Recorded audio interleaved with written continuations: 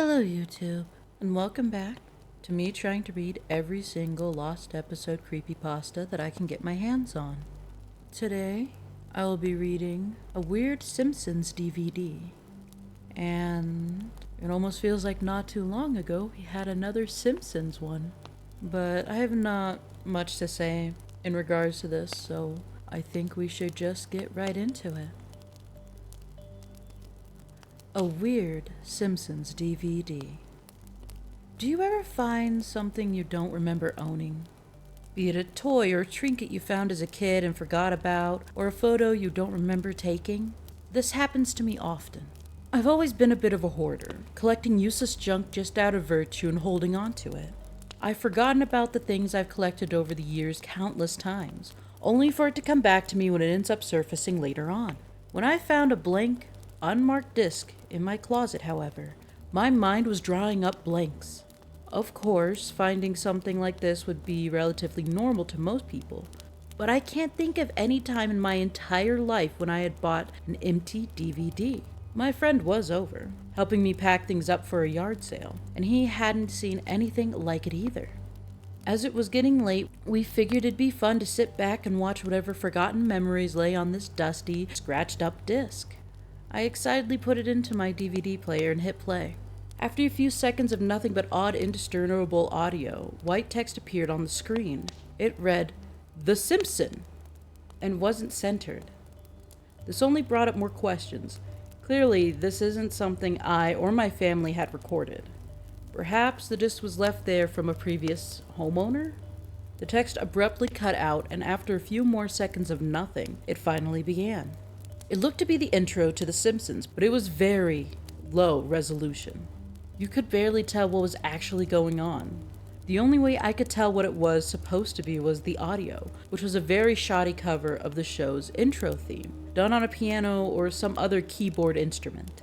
The intro stopped shortly after the family sat on the iconic couch and cut to what I can assume was the actual episode.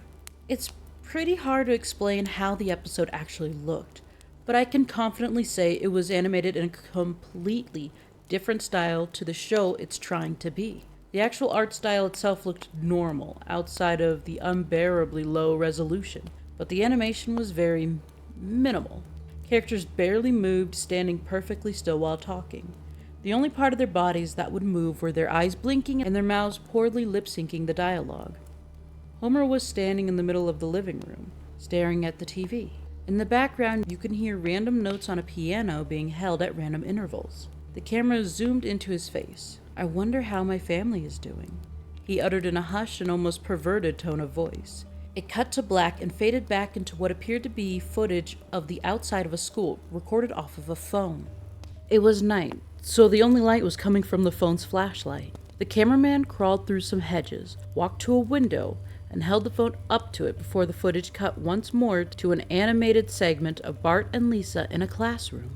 It was dark, and the door was barricaded by a pile of desks. "We're safe here," said Bart. "Nothing can come in or out."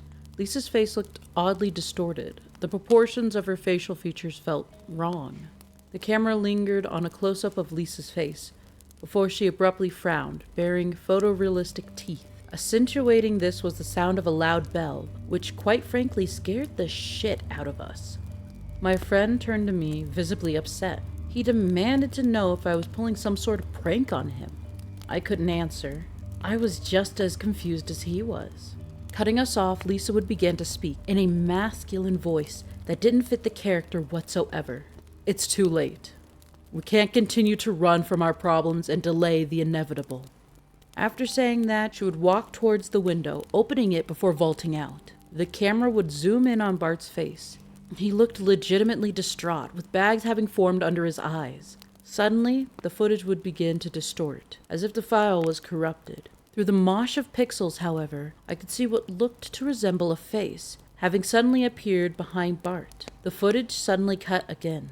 It now showed more phone footage again, this time of the cameraman running through the woods. The camera flails wildly up and down, and you could hear the cameraman gasping for breath. Eventually, the cameraman drops his phone on the ground, face up, and you can see the soles of his shoes for a brief moment as he disappears out of view. A cropped image of Lisa's face appeared in the middle of the screen, while the sound of wind chimes began to play. The video cut again to another animated segment, this time showing Homer in the living room once more. The room had noticeably deteriorated, with litter beginning to pile up around the corners of the room. The light was flickering, and eventually blew out, with only the light from the TV illuminating Homer's smiling face, his eyes vacantly staring in two different directions. "I love my family," he said. "I love my family very, very much." It cut to an overhead shot of a city. All the buildings were gray and dingy, forming a very bleak landscape. It panned down, zooming into a street, with Lisa standing in the middle of it. The discordant piano ambiance had slowed down, becoming much lower pitched and somber. "I no longer know what to do," she said. Lisa's eyes had begun darting around in random directions with gray, foggy pupils. Her mouth hung open in a grimace, no longer syncing to her dialogue. "What will happen? I'm uncertain. The world will go on. Whatever happens, I accept it." Her eyes stopped spasming, beginning to stare into the distance vacantly. "I love my family." The animation began to deteriorate before cutting once again to some more phone footage, this time of someone trotting through the woods at night. The piano began to speed up by now. As the cameraman walked down the clearing ahead of them, I began to hear a strange sound beginning to fade in, barely audible. After a minute of aimless wandering, the sound had finally become legible. It was a clip of Marge saying, "Homer?" in a worried tone. The clip would continue repeating, becoming slower each time as the sound of the piano became frantic and shrill. The cameraman eventually came across a rundown shack in the middle of the woods. The ominous piano had finally stopped, abruptly cutting, leaving us with nothing but the sound of the forest ambiance and the cameraman's labored breathing. One last "Homer?" played before the door of the shack swung open, the camera swinging around rapidly as the cameraman ran backwards at top speed. You could hear leaves crunching behind him as the footage corrupted once more, cutting to black for a moment. You could hear what sounded like dialogue from a Simpsons episode, but it was so low quality and gravely that I couldn't make out any words. Finally, it faded once more to Homer in his living room. The room was a pigsty. The carpet was wet and torn. The walls were bare and covered in graffiti, and the couch had collapsed. In the middle of the room, barely illuminated by the flickering off-screen TV, was Homer, his face off-screen. The sound of the wind chimes started again, and an image of the Simpsons family would appear in the middle of the screen. Homer's face was cropped out of the image. The image disappeared, and the footage remained on this ominous, unmoving shot of the dilapidated living room before cutting to a silent, black screen for a few seconds. We both got up, assuming the disc was over. But suddenly, it abruptly cut to Homer's face with a loud droning noise. His pupils were gone. I almost fell over from the shock. And just as abruptly as the image appeared, it was replaced by another black, silent screen. The DVD player ejected the disc, filling the room with the smell of hot plastic. The video was finally over, and we were both flabbergasted, left with more questions than answers. My friend finished boxing the items for the yard sale and hurriedly left, still confident that I had made the disc to screw with him. I held the strange disc in my hand, contemplating what to actually do with it. I decided to look around online for any answers. Maybe it was a strange bootleg. Maybe it was an odd art project. Regardless, asking around online didn't get me anywhere. Eventually, I decided to just keep the disc. One day, I'll eventually forget about it until it pops up again sometime. Still, though, I feel unsatisfied. Maybe one day I'll stumble across an answer. One question remained in my head, though. What did any of it mean? That is a wonderful question, because I want to know too. Don't get me wrong. I mean, I think it would be all right of an idea, or almost a pretty cool idea, to factor some, real life footage, especially around like the school scene, that made sense. Being outside of a school, going up to a window, and cutting back into the animation of Bart and Lisa being actually inside a classroom makes complete sense. Now, what doesn't make sense is a shack in the woods and just loud noise of something bursting open the door and our cameraman just running away with something chasing them. We don't get an actual, even snippet of a visual. A snippet of a visual of what was chasing after them. We never revisit our cameraman ever again. And I don't see how it's related to the Simpsons episode ever again.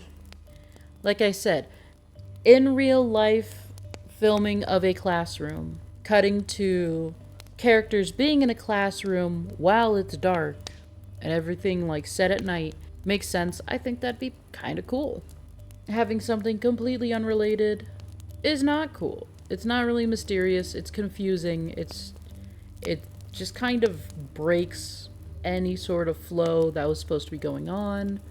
The woods is the one thing that's more irritating me about this whole thing. And I suppose if you're watching this, the Homer and then the abrupt swinging of the shack door opening would have been just as, jump scare-esque as near the end where Homer's face just comes into view with a loud noise. It would be effective, I suppose, in shocking the viewer, but it would still be a pretty cheap jump scare tactic.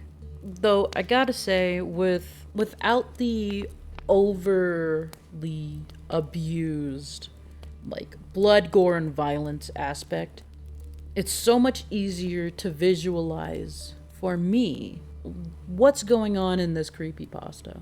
And so, I give it a 4. I don't like the woods part. I really don't. But it's not bad because I can visualize this a hell of a lot better than a lot of the other ones that I've read, really. Just because I don't like a specific part of it doesn't mean that it's horrible. But it also doesn't really make me feel too much any which way. So I can't really give it too high of a rating, but it is better, in my opinion, than a lot of the other ones that I have read. So, it's not bad. It's not bad, I suppose. But of course, you guys can tell me what you felt and what you thought of this story. Because, I don't know. But that being said, I suppose, it's bye-bye for now. Bye!